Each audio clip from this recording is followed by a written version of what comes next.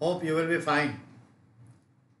Let's start demo class, child development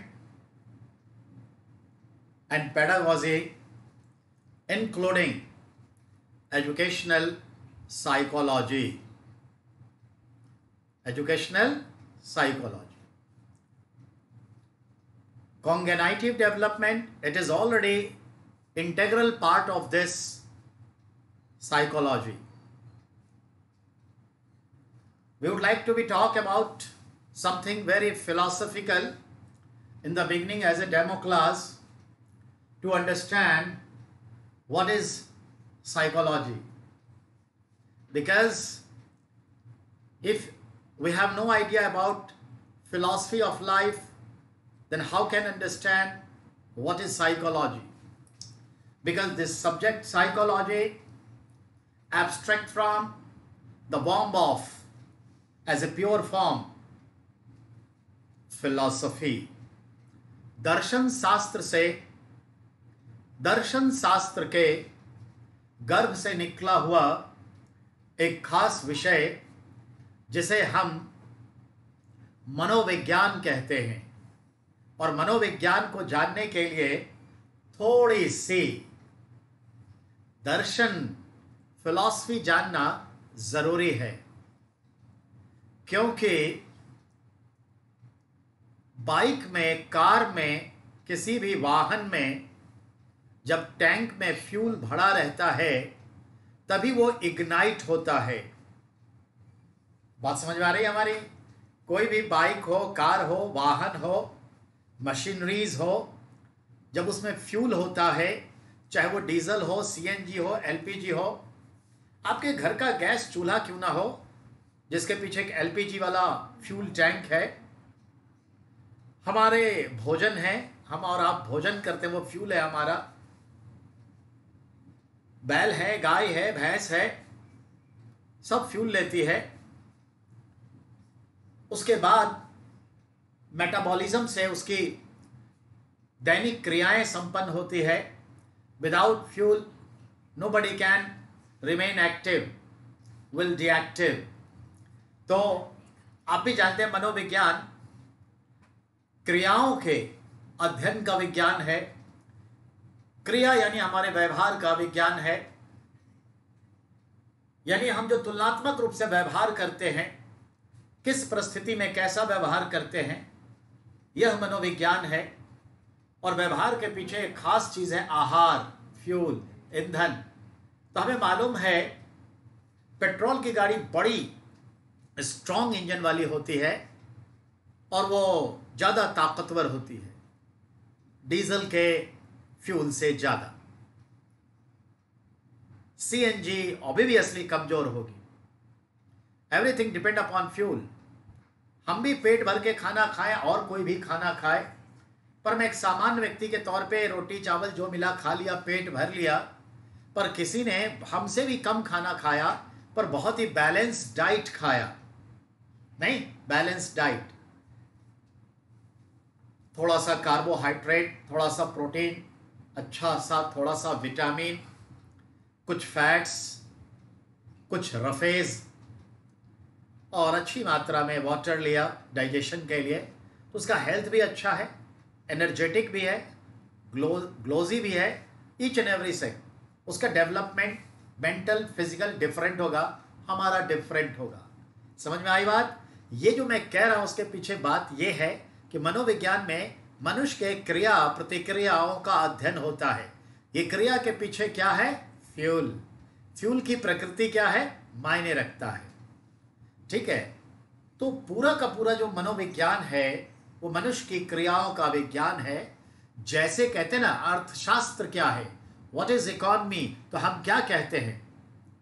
जो economic activity है उसका अध्ययन अर्थशास्त्र है। तो क्रिया का एक पार्ट हो गया इकोनॉमिक एक्टिविटी।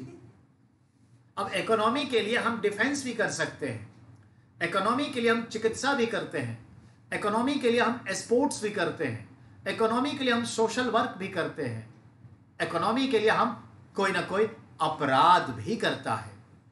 यही सब तो अध्ययन है मनोविज्ञान का, नहीं? Crime philosophy, health philosophy, legal philosophy, क्यों, पैरा फिलॉसफी, सोशल फिलॉसफी, यही ना है, educational philosophy, political philosophy, diplomatic philosophy, a number of philosophy, a number of psychology. So all these are called psychology. तो आप crime psychology, education psychology, health psychology, social psychology, बस कह दीजिए ना, एक ही चीज़ है।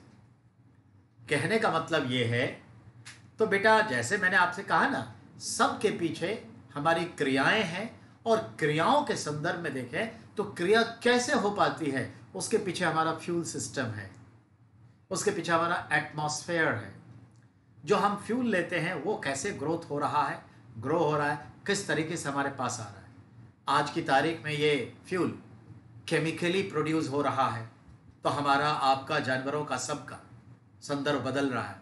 माताएं काफ़ी एग्रेसिव हो गई हैं, टॉक्सिकेटेड फूड्स खा रही हैं, कंजेस्टेड फैमिली लाइफ में जी रही हैं, शहर के 2 कमरों में जिंदगी जा रही है।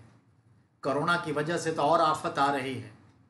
There is no way of the shopping, no way of the golgappa, even no way of the how to fashion to show other one, ये भी नहीं कर सकते।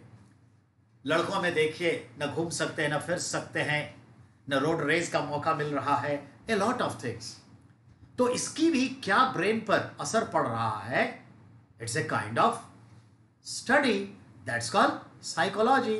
तो इसको कहेंगे corona psychology, covid psychology.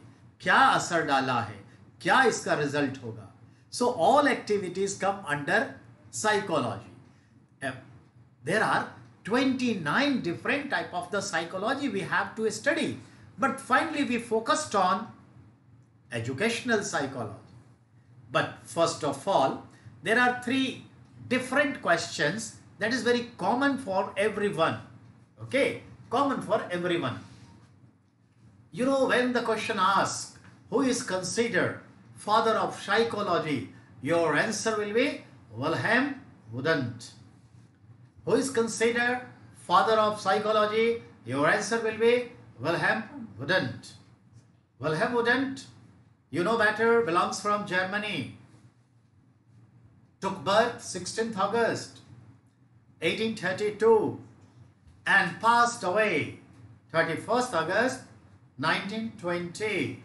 So near about, he lived his life near about how many years? 88 years. तो 88 वर्षों का इनका जीवन काल रहा। एंड अपने जीवन के आखिरी पड़ाव में, अपने जीवन के आखिरी पड़ाव में, कब, तो देखते हैं, नॉट आखिरी, हाफ ऑफ 1879 में उन्होंने एक इम्पॉर्टेंट, 1879 में उन्होंने एक यूनिवर्सिटी एस्टैब्लिश किया, वेयर लिस्बिंग। तो लिप्जिंग शहर है, जर्मनी में है, और वहां पर उन्होंने एक इंस्टीट्यूट डेवलप किया, that's called institute of experimental psychology. यानी एक्सपेरिमेंट का मतलब क्या होता है, बेटर, प्रयोग, प्रयोग करना, एक्सपेरिमेंट करना। तो प्रयोग मनोविज्ञान, इस तरह से उन्होंने जो है प्रयोग मनोविज्ञान के संदर्भ में उन्होंने एक इंस्टीट्यूट डेवलप किया 1879 में लिस्बिंग, जर्मनी में। और इस वजह से उनके जो कार्य क्षेत्र थे और बहुत सारी चीजों को उन्होंने डेवलप किया, so he considered father of psychology. The second question arise very simple way, that who is considered father of education psychology. शिक्षा मनोविज्ञान का जनक किसे कहा गया है? Then your answer will be Edward Lee Thorndike. Everyone knows about this person's very popular name in Thorndike. Edward Lee Thorndike. He is considered father of educational psychology. शिक्षा मनोविज्ञान का जनक मिस्टर थॉर्नडाइक को कहा गया है। And there is another questions father of cognitive development, otherwise father of child development psychology. बाल विकास मनोविज्ञान के जनक कौन, या फिर संज्ञानात्मक कॉग्निटिव संज्ञानात्मक मनोविज्ञान के जनक कौन? Then your answer will be, ठीक है, जॉन जीन, ठीक है, दैट्स कॉल्ड पिजेट. तो Jean Piaget is considered father of cognitive development, संज्ञानात्मक मनोविज्ञान के जनक, और उन्हीं को कहते हैं बाल मनोविज्ञान के जनक, ठीक है, बाल विकास मनोविज्ञान के जनक. तो चलिए ये सब तो हम बात करेंगे, पर जरा हम आपको विषय की तरफ लेके चलते हैं. मैं आपको बताऊं मनोविज्ञान का संदर्भ किससे है, तो समस्त जीवधारियों के अध्ययन, समस्त जीवधारियों के क्रियात्मक अध्ययन, यानी अध्ययन क्रिया क्या है? व्यवहार है. मैं आपके साथ एक क्रिया कर रहा हूं, आप सुन रहे हैं, मैं सुना रहा हूं, मैं कुछ उद्देश्यपरक वक्तव्य दे रहा हूं और आप एक खास उद्देश्य से उसे सुन रहे हैं, श्रवण कर रहे हैं. तो यहां क्रिया हो रही है, वहां प्रतिक्रिया हो रही है. आपकी जैसी इस पर प्रतिक्रिया होगी, रिएक्शन होगा, तो फिर मेरा जो एक्शंस है चेंज होगा. तो reaction, action, action, reaction is going on process. So this is called the actually activities. So the humans all activities, not even the whole wildlife, जीव जंतु नहीं, चिड़िया, पशु, जानवर, इंसान उसी में है ना. तो समस्त जीवधारी यानी जितने भी बायोस हैं, जितने भी एनिमलिया है, सभी का अध्ययन मनोविज्ञान है. चूंकि हमें टीचर बनना है तो हम केंद्रित करके शिक्षा मनोविज्ञान पर, बाल विकास के मनोविज्ञान पर और संज्ञानात्मक मनोविज्ञान पर ध्यान देंगे. पर वहां तक पहुंचने के लिए थोड़ा बेस तो समझ लें. तो चलिए, पुराने जमाने में एक विषय होता था जिसे हम और आप आज भी पढ़ते हैं, जिसे कहते हैं दर्शन शास्त्र. ठीक वैसे ही जैसे एक समाज शास्त्र होता था विषय, उसी समाज शास्त्र से राजनीति शास्त्र अलग हुआ, और इसी राजनीति शास्त्र से समय के साथ, आपको भी मालूम है, पब्लिक एडमिनिस्ट्रेशन, लोक प्रशासन अलग हुआ. अब इसी लोक प्रशासन से एक खास संदर्भ में एब्स्ट्रैक्ट किया गया और उसे आप कहते हैं पब्लिक मैनेजमेंट, जन प्रबंधन, मैनेजमेंट का कोर्स आ गया. तो ये चीजें हैं. ठीक वैसे ही सबसे पहले दर्शन शास्त्र होता. And you know that the all 108 Upanishads that consider totally philosophical ethics books, not related to any religion. It is another things that written by our sage person in ancient time, scholars known as Sanatana scholars. But किसी scholars को आप किसी धर्म में नहीं बांध सकते. So it is total philosophical books, all 108 Upanishad. So that is the beginning of darshan. Beginning of darshan. What is darshan? इस संसार में जो कुछ भी है, जहां जिसके लिए मनुष्य क्रिया करता है या कुछ क्रिया संसार में घटती है तो हम प्रतिक्रिया करते हैं. जैसे आज देखिए, प्रकृति का एक क्रिया है बारिश का होना, फिर हम क्या क्रिया करते हैं? प्रतिक्रिया. प्रकृति में बिजली चमकती है और इस बिजली से 200 लोग मर गए 2 से 3 दिन के भीतर कई राज्यों में, अभी अभी, ठीक है. और केरल में यह सामान्य घटना है, जिसकी वजह से केरल में इतने लोग अवेयर हैं कि वो जब भी बारिश का माहौल बनता है, सभी लोग करीब करीब अपने घर के टेलीविजन सेट, इलेक्ट्रॉनिक्स उपकरण, मोबाइल को स्विच ऑफ कर देते हैं. इवन दो इलेक्ट्रिसिटी को भी ऑफ कर देते हैं. क्यों बिजली गिरने का जो है स्थिति बनी रहती है, तो काफी अवेयर हैं। We the North Indian so far not so much aware. In that respect, such type of the mishappenings happen. So जब थंडरबोल्ट दिखता है, बिजली कड़कती है, तो हमारी एक प्रतिक्रिया होती है। तो देखा, इंसान क्रिया प्रतिक्रिया के बीच ही है। तो फिलॉसफी, अब फिलॉसफी में किसकी क्रिया होती थी? तो ध्यान दीजिए, हमारी मानसिक शक्ति, मानसिक जटिलता, complications of our mental ability, mental strength, how we have to behave, why we have to be particular behave, what is the role of this carnal, ये शरीर का क्या भूमिका है हमारे मन मस्तिष्क को प्रज्वलित करने का, उत्प्रेरित करने का, प्रेरित करने का, या फिर नेगेटिवली अप्रोच करने का, क्या अंतर संबंध है? तो आप भी जानते हैं, हमारे फिलोसोफर कह गए, अन्न जो है ब्रह्म है, जो हम खाते हैं अन्न वो ब्रह्म है, और इसीलिए पूजनीय है। जैसा अन्न वैसा मन, हम जैसा अन्न अनाज खाएंगे मन वैसा ही होगा। यानी अनाज की जो प्रकृति है वही प्रकृति हमारे में आएगी। अगर हम मांस भक्षण करेंगे तो जनरली हम हिंसक प्रवृत्ति के होंगे। अगर हम शाकाहारी भोजन करेंगे तो हमारी हिंसक प्रवृत्ति में कमी रहेगी। नेचर है।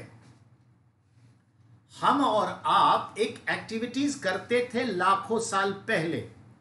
कहते हैं, डार्विन कहते हैं कि हम लोग बंदर से यहां तक पहुंचे हैं, क्या? डेवलप करके, म्यूटेशन करके। तो हमारा जो डेवलपमेंट है, according to Charles Robert Darwin, we all are related with our ancestors monkey. Monkey से हमारा डेवलपमेंट हुआ, और तब हमारे पास पूंछ भी होता था, और वी यूटिलाइज दैट, हम इसका उपयोग करते थे।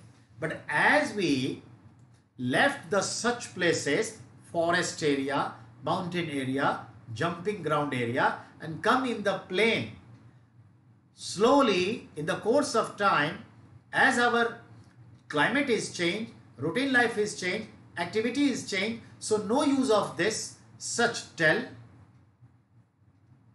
That's day by day, generation by generation dismissed, and now we are tailless. अब हम लोग को पूछ नहीं है। देखा आपने, वही चीज है। तो वही चीज हम कहते हैं, लेकिन जब हम मां के गर्भ में होते हैं तो ये पूछ होता है, लेकिन जब तक हम तैयार होते हैं मां के गर्भ में, तब तक पूछ जो है समाप्त हो चुका होता है। सो जैसा हम खाएंगे पिएंगे वैसा होगा मन, और मन के अनुरूप जो क्रिया करेंगे उससे हमारा व्यवहार तय होगा। उस व्यवहार का जो अध्ययन होगा उसे मनोविज्ञान कहेंगे। अब सवाल ये उठता है कि दर्शन शास्त्र से निकला और इसे कहा मनोविज्ञान, फिर उनमें से एक निकाला शिक्षा मनोविज्ञान, बिल्कुल निकाला। फिर उसके बाद नंबर्स ऑफ क्लासिफिकेशन कर दिया, जो 29 है, बताया अभी। अब आई, मनोविज्ञान दो शब्दों से बना है, साइको और logos. Psyche, logos Latin word है। साइकी मतलब होता है आत्मा। तो नहीं कहते ये बड़ा साइकिक है, मतलब ये अपना ही सोचता है, दूसरे का सोचता ही नहीं है। तो साइकिक, आत्मीय, अपना। तो साइको। और लेगोस मतलब क्या होता है? किसी चीज का अध्ययन करना। तो आत्मा का अध्ययन, आत्मा को ही हमने कहा मन, जो मन करेगा, मेरी मर्जी। तो मन का अध्ययन मनोविज्ञान। लेकिन अब सवाल है, मनो अध्ययन को हमने विज्ञान क्यों कहा? तो मनो अध्ययन को हमने मनोविज्ञान क्या कहा? तो मनोविज्ञान के पीछे एक शब्द है विज्ञान, साइंस। विज्ञान की परिभाषा क्या है? जो असर्टिव हो, असर्सिव हो, तार्किक हो, रीजनेबल हो, उसकी अपनी रीजनिंग हो, कथन कारण हो, किसी क्रिया से प्रतिक्रिया होती हो, बहुत ही लॉजिकल हो, जिसका प्रयोग किया जा सके, जिसका अपना एक फिलॉसफी सिद्धांत तय किया जा सके, और जिसका अपना एक तात्विक वस्तुनिष्ठ हो, ऑब्जेक्टिविटी हो, और उस सिद्धांत के अनुसार पर हम प्रयोग करें तो पर्टिकुलर व्यवहार निकलेगा। जैसे ये तो पता है कि अगर 1 कप पानी में आधा कप चाय पत्ती और 1.5 कप चीनी देंगे तो चाय बन जाएगी। ठीक है, 1 कप पानी में आधा कप हम चाय पत्ती दे, आधा चम्मच चाय पत्ती देंगे और हम 1.5 चम्मच अगर चीनी देंगे तो चाय बन जाएगी। तो एक बात बताइए, अगर इस रेशियो में डिफरेंस होगा तो चाय बनेगा या कुछ और बन जाएगा? कुछ और बन जाएगा ना। यही चीज है। लिम्का का अपना एक कॉन्फ़िगरेशन है, उसके हिसाब से इंटीग्रेट डालता है और वो स्वाद आता है। उसमें अगर इधर उधर होगा तो स्वाद गड़बड़, कुछ और बन जाएगा, लिम्का नहीं बनेगा। ठीक वैसे ही पानी है, तय है कि कितना प्रतिशत हाइड्रोजन और कितना प्रतिशत ऑक्सीजन, तो पानी बनेगा। ठीक ऐसे ही ध्यान में रखना है कि जो हमारा विज्ञान है वो इसी तथ्य पर आधारित है, जिसको देखा जाए, अवलोकन किया जाए, परीक्षण के अनुकूल हो, रिसर्च हो, टेस्ट हो, लिटमस टेस्ट में वो ओके हो, जैसा सिद्धांत बनेगा उसी के अनुकूल आचरण करने से वैसा ही व्यवहार होगा। बात समझ में आई? तो ये तय है। अब सवाल है, हमने एक इंटीग्रेट मिलाया और वो मिला करके मशीन में डाल दिया, वो उत्पादन हो रहा है, टेस्ट इक्वल होगा। इंटीग्रेशन बदल दिया, टेस्ट बदल जाएगा। ये विज्ञान है। ठीक वैसे ही एक बालक है, बालक को अगर पढ़ने लिखने का अच्छा माहौल मिलता है, कॉम्पिटिटिव एटीट्यूड्स मिलते हैं आसपास से, तो नेचुरली वो आगे बढ़ जाएगा। लेकिन अगर प्रोफेसर के पुत्र होने के बावजूद भी अगर उसे वो माहौल नहीं मिलता है तो वो बच्चा नहीं पढ़ पाएगा। लेकिन एक सब्जी वाला, एक रिक्शा वाला जो उतने पढ़े लिखे नहीं हैं, उतने जो है एजुकेशनल पॉइंट ऑफ व्यू से स्मार्ट नहीं है, पर उनके बच्चे को भी अगर अच्छा माहौल मिल जाए तो वो भी IAS IPS टीचर बनेंगे। देखा, क्लाइमेट जो मन पर, ठीक है, प्रभाव डाले, तो ये भी इसमें आ गया। वही है क्रिया प्रतिक्रिया, जलवायु, एटमॉस्फेयर। तो ये सब चीजें इन दैट रिस्पेक्ट हम बातों को आगे बढ़ाएं तो ध्यान में रखिएगा। बहुत कुछ है कहना, लेकिन एक शुरुआत करें। तो समस्त जीवधारियों का अध्ययन मनोविज्ञान में होता है, जबकि शिक्षा मनोविज्ञान में शिक्षा से संबंधित काम होते हैं। अर्थात इस मनोविज्ञान में पढ़ने, पढ़ाने, सीखने, सिखाने के संदर्भ में कैसा वातावरण चाहिए, कैसी परिस्थिति चाहिए कि हम बेहतर ढंग से किसी भी बालक को सही सही दृष्टिकोण से, सही उद्देश्य से, सुविधाजनक रूप से उसे हम उसके व्यवहार को उचित व्यवहार बना सके, जो समाज में उचित हो, एक अच्छा नागरिक बना सके। और नागरिक का मतलब हमेशा अच्छा ही नहीं होता। हम हो सकते हैं कि नागरिक अच्छे हों पर व्यवहारिक रूप से वो हमें कठिनाई देता हो। तो ये चीज़ें हैं। हम लोग इंसान बड़े अच्छे हैं पर व्यवहारिक रूप से हमें समस्या आती है पाकिस्तान से, चीन से। तो ये चीज़ें हैं। तो चलिए, एक अच्छा नागरिक की देश का कानून मान ले, लेकिन अगर कानून गलत है तो उसका विरोध करे, वो और अच्छा नागरिक है, वो विद्रोही नहीं है। ये चीज़ है। चलिए, अब हम बात करें आपसे, तो हम सबसे पहले एक टाइटल लेते हैं, मनोविज्ञान, अर्थ, प्रकृति और क्षेत्र। हम पढ़ने जा रहे हैं child development and pedagogy and education psychology. सब एक ही चीज है। चाइल्ड डेवलपमेंट में बाल विकास, पेडागोजी मतलब क्या होता है, किसी भी विषय को पढ़ाने के तौर तरीके, किस सिद्धांत पर, किस तरीके से, कितने तरीके से किसी चीज को पढ़ा और पढ़ाया जा सकता है। तो ये मतलब है शिक्षा विधि, how to educate, how to teach, how to learn. ठीक है, सिखाना, सीखना, सिखाना, तो वो पेडागोजी है। एजुकेशन साइकोलॉजी, मनोविज्ञान। अब इसमें हम एक पहला टॉपिक उठाया, psychology, meaning, nature and scope, यानी कि मनोविज्ञान का अर्थ क्या है, उसकी प्रकृति क्या है और उसका क्षेत्र क्या है। अर्थ, प्रकृति और क्षेत्र। तो सबसे पहले हम लोग इस विषय को थोड़ा समझें।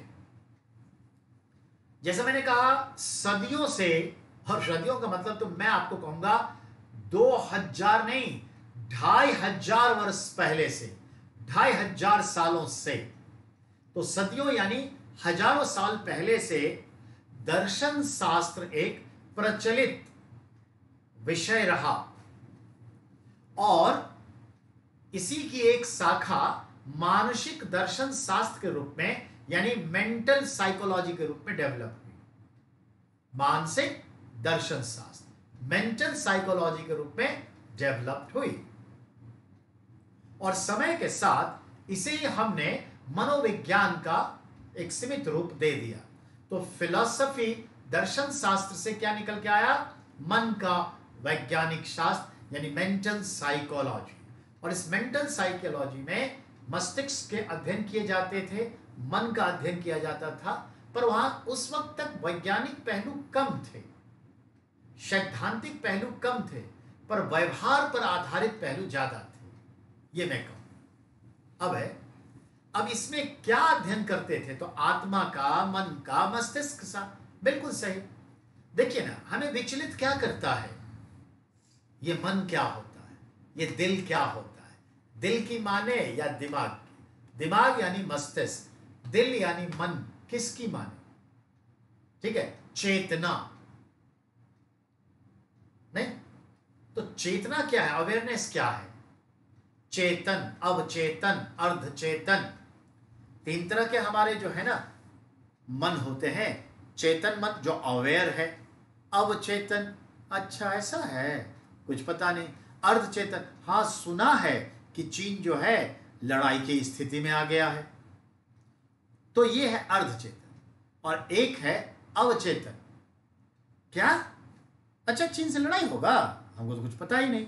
और एक है चेतन, इसमें क्या है? अरे यार ये सब चीज चल रहा है और देखो अब क्या होगा, अब क्या होगा। यानी total aware, half aware, unaware. तो तीन तरह की स्थिति है, यहीं से होती है। तो देखेंगे हम।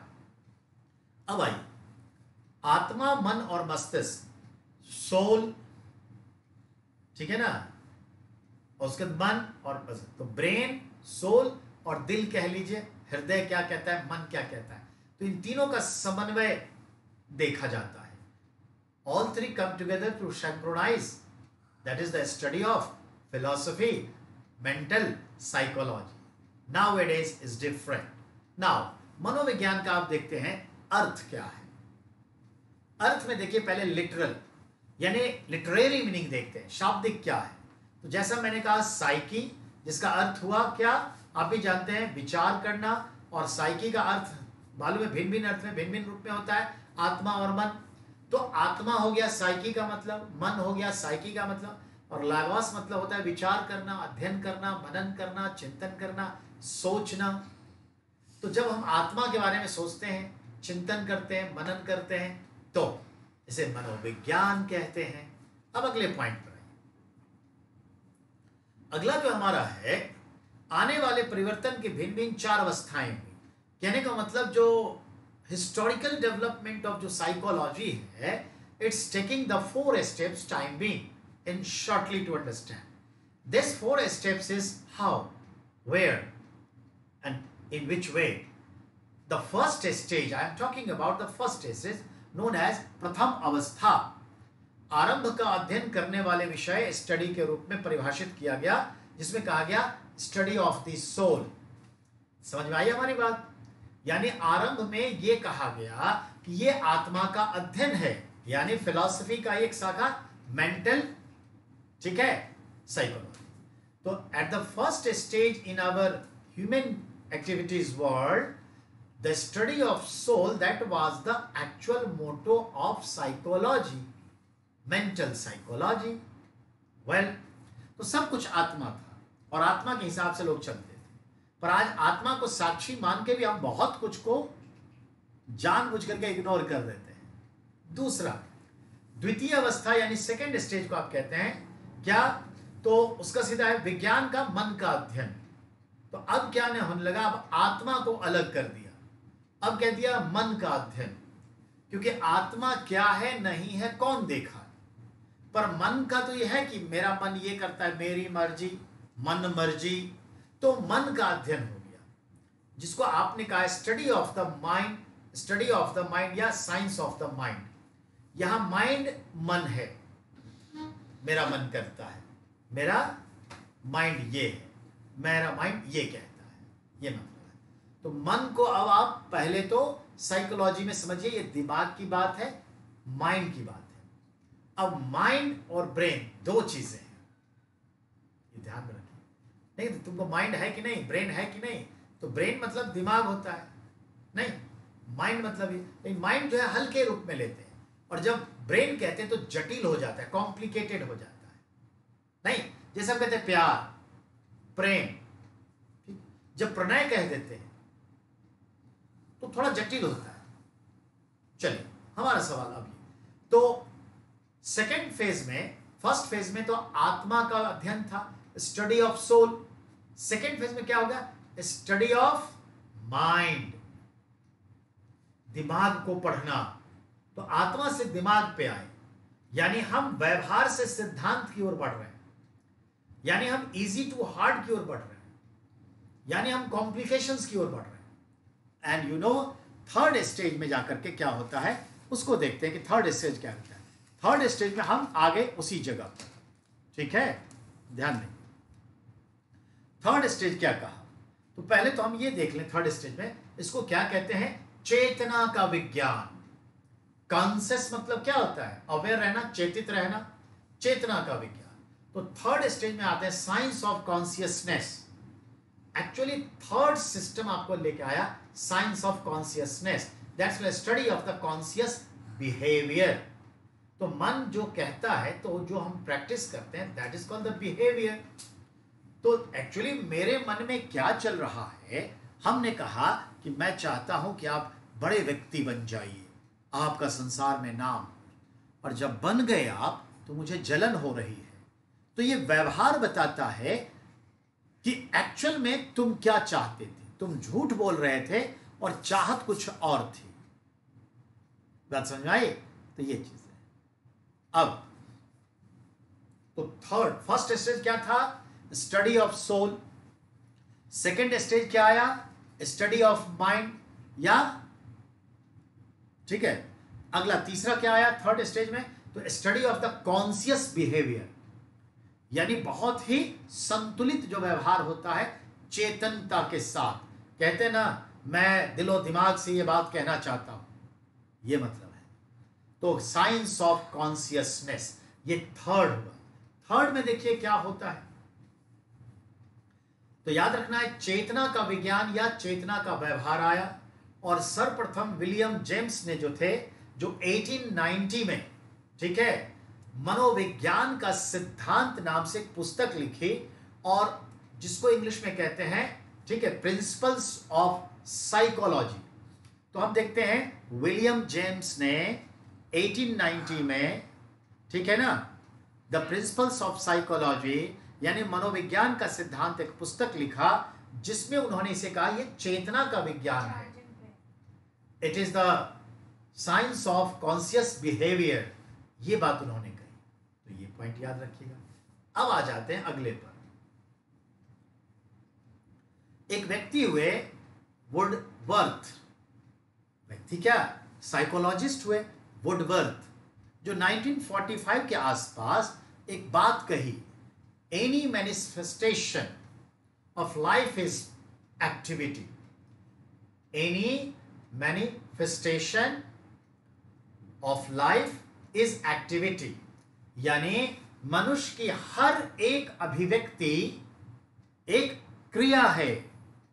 मैं जो कुछ भी बोल रहा हूं, जो भी बॉडी लैंग्वेज जेस्चर्स शो कर रहा हूं, यह सब हमारी क्रिया है, एक्टिविटी है, गतिविधि है। So he was the psychologist Mr. Woodworth in 1945. In his book, he is saying in single line, any manifestation of life is activity.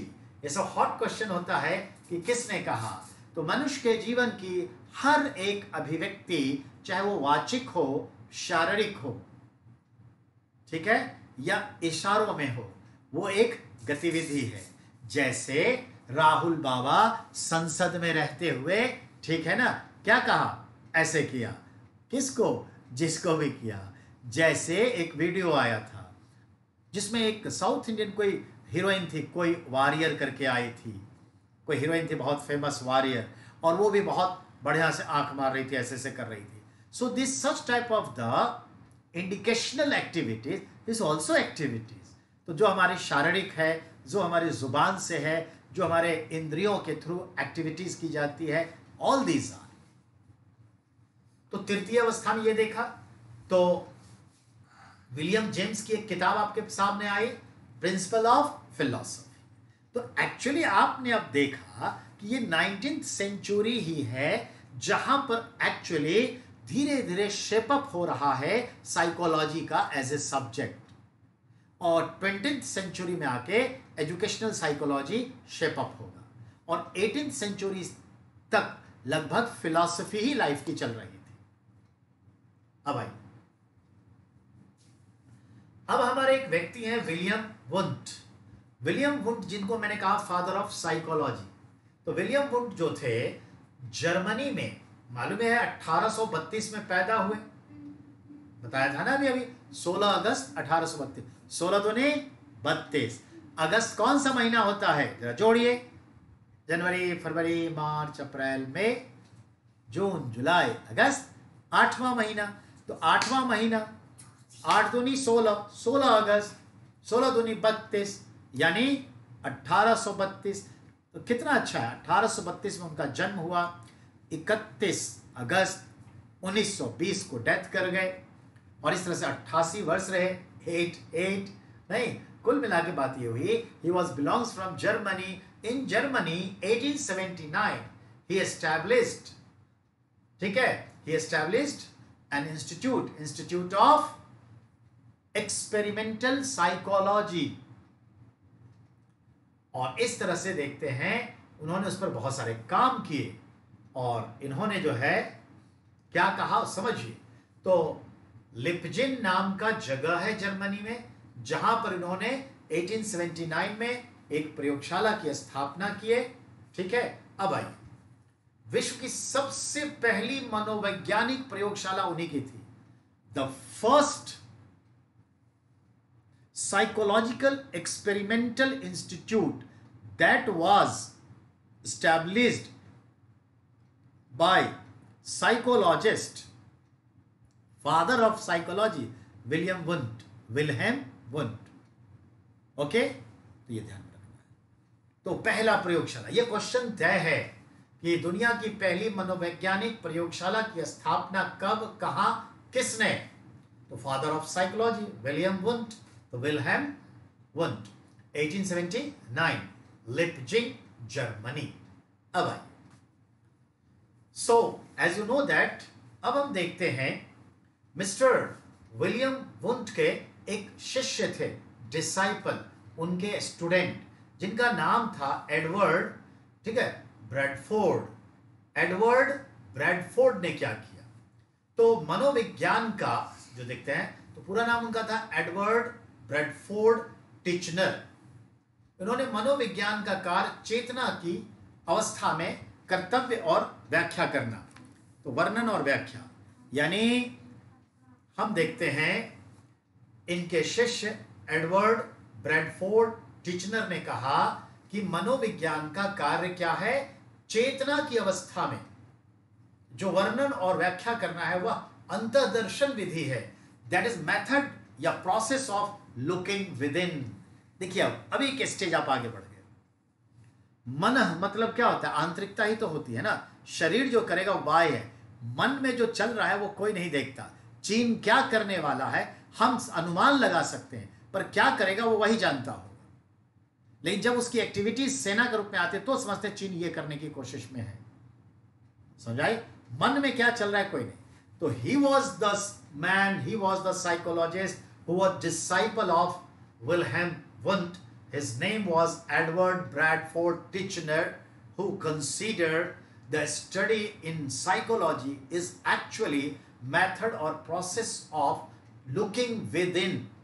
With in मतलब सेल्फ, यानी मन का विज्ञान, जो मनोविज्ञान है वो आत्मा में झांकने का, मन में झांकने दिमाग के अंदर जाने का विज्ञान है, यानी अंतःकरण के ऊपर ध्यान देना है। ये तो खबीर की बात हो गई।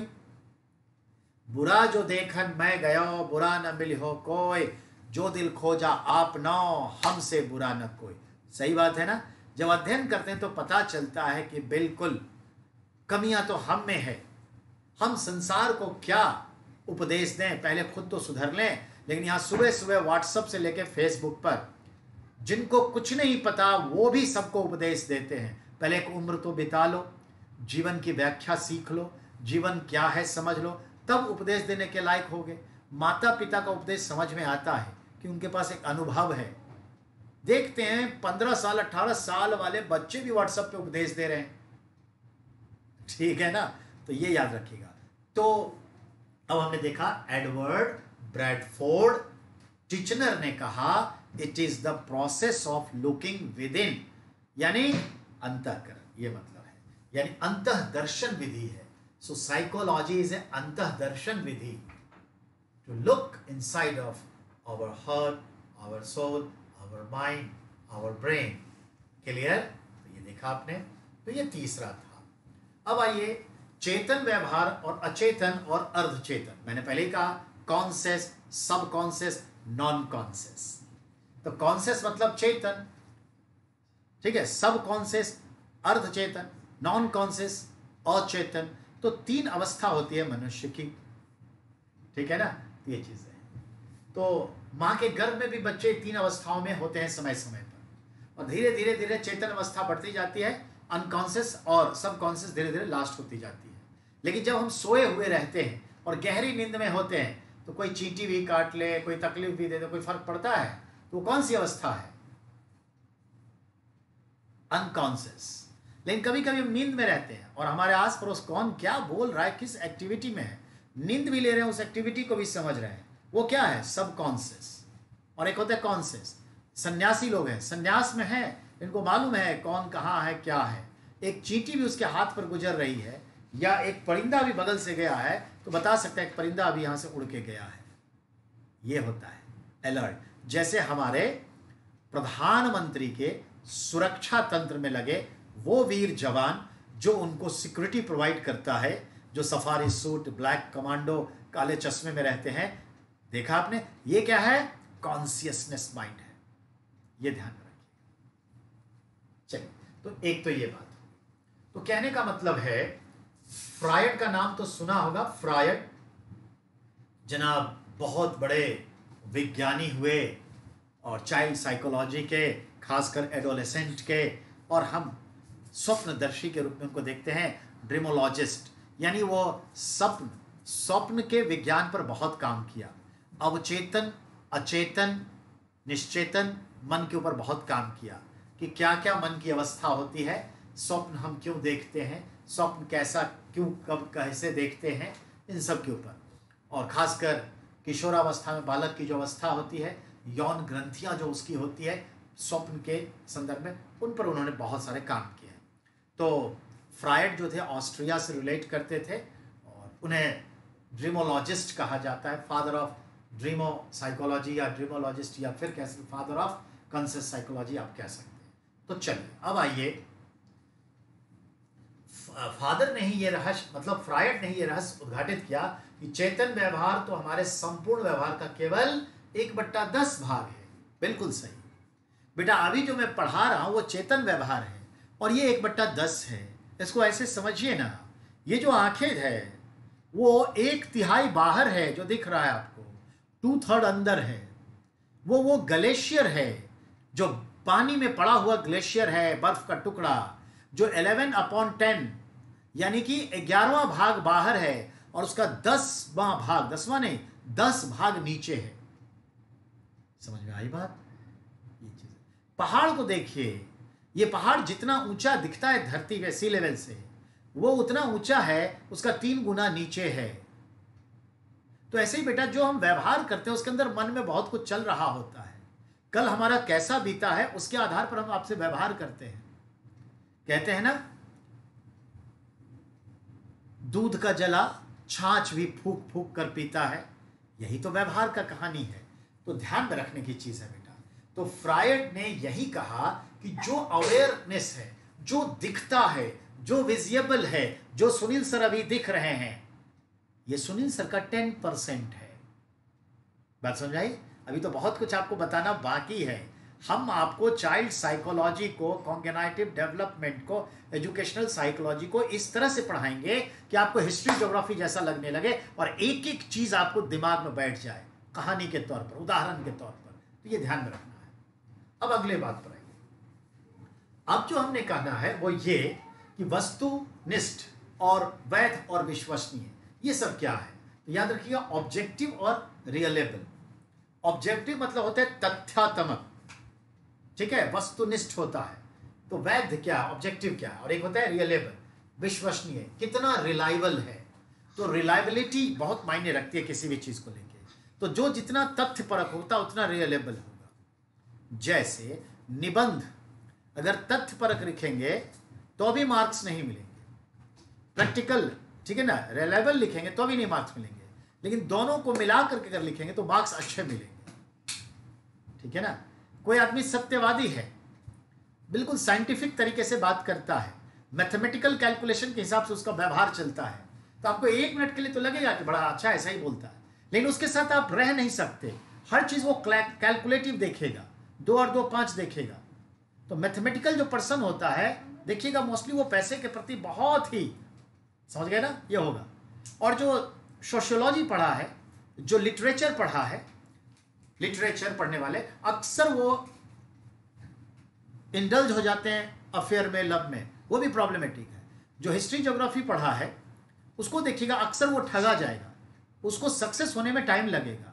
और जो साइंटिफिक अप्रोच से किसी चीज को पढ़ता है वो सबसे ज्यादा सक्सेस होता है। नेचर है कि हम किस मेथड को अपनाएं, मायने रखता है। तो याद रखिएगा, तो कोई भी जो व्यवहार होता है वो वस्तुनिष्ठ होता है, बहुत ही ऑब्जेक्टिव होता है, रिलेबल होना ही होगा उसे। तो ये चीज है, यही तो विज्ञान का सिद्धांत का जो है मतलब आप कह सकते हैं कि तकाजा है। अब आइए चौथी अवस्था, 3 अवस्था बताया ना, तो आप भी जानते हैं। पहली अवस्था क्या कहा था आपसे? Study of soul. फिर क्या कहा था आपसे? Study of mind. फिर क्या कहा आपसे? Study of within self, the process to looking within, तो यानी सेल्फ। और उसी को मैंने क्या कहा? The science of conscious behaviour, science of consciousness, 4th stage. Now I am talking 4th stage. तो 4th स्टेज पर आते हैं तो मनोविज्ञान को व्यवहार का विज्ञान कहा जाता है, साइंस ऑफ बिहेवियर। चौथी अवस्था में आकर के हम देखते हैं कि first half of century of 20, यानी 1920 से लेकर 1950 के बीच में ये तय हो गया कि जो साइकोलॉजी है वो क्या है? मन के व्यवहार का विज्ञान है। क्योंकि मन में तो बहुत कुछ है, एक्टिवेट जो करते हैं, जो क्रिया करते हैं, उससे एक व्यवहार कुशलता आती है। तो ये चीज है, यानी थ्योरी और प्रैक्टिकल को मिलाने के बाद जो होता है, दैट इज कॉल्ड द व्यवहार। तो इसको कहते हैं। So the 4th stage, it consider now the psychology is science of behaviour, ठीक है। And I would like to be say then who is considered father of behaviour psychology? Father of behavior psychology, then your answer will be J.B. Watson. J.B. Watson, father of behavior psychology.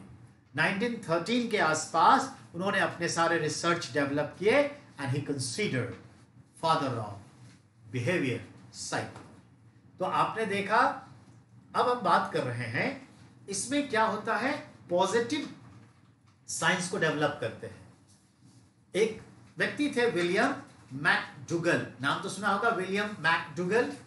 पहला, ठीक है, प्रयत्न प्रसिद्ध अंग्रेज मनोवैज्ञानिक William McDougall ने किया था इसके लिए कि कैसे कहें कि this is the science of behaviour psychology.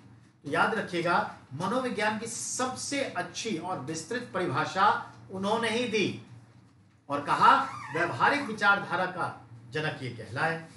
तो याद रखिएगा, हम देखते हैं 1908 में अपनी एक प्रकाशित पुस्तक एन आउटलाइन ऑफ साइकोलॉजी में उन्होंने इसका उल्लेख किया और उन्होंने क्लियर कहा कि ये एक बिहेवियर है, बिहेवियर का अध्ययन है। तो आपके सामने आया एक तो जेबी वॉटसन, जिनको आपने कहा क्या, व्यवहारवादी विचारधारा का जनक, फादर ऑफ बिहेवियरल साइकोलॉजी, और एक हुए मैकडूगल, विलियम मैकडूगल, और इन्होंने अपनी एक किताब, और उस किताब को क्या नाम दिया, एन आउटलाइन ऑफ साइकोलॉजी, जिसमें उन्होंने इस्तेमाल किया वर्ड व्यवहार। याद रखिएगा, तो J B Watson is considered father of, ठीक है, बिहेवियर साइकोलॉजी। और कल हम लोग बात करेंगे नेचर ऑफ साइकोलॉजी पे और उससे आगे जाएंगे, पर just 2 minutes to listen carefully. अभी ये डेमो क्लास चलेगा 4-5 दिन, no doubt 3 days, Saturday Sunday Monday, then you have to be take decision whatever your need. If you have any problems, any want to be confusions, then you have to call me, WhatsApp me, I will remove it. ठीक है, तो चलिए आज इतना है, कल फिर बात करेंगे। आज इंट्रोडक्टरी में हमें कुछ बताना ज़रूरी था, इसलिए थोड़ा सा ये फैला हुआ सा है, लेकिन ये धीरे धीरे ऑन द ट्रैक आ जाएगा। Thank you very much everyone.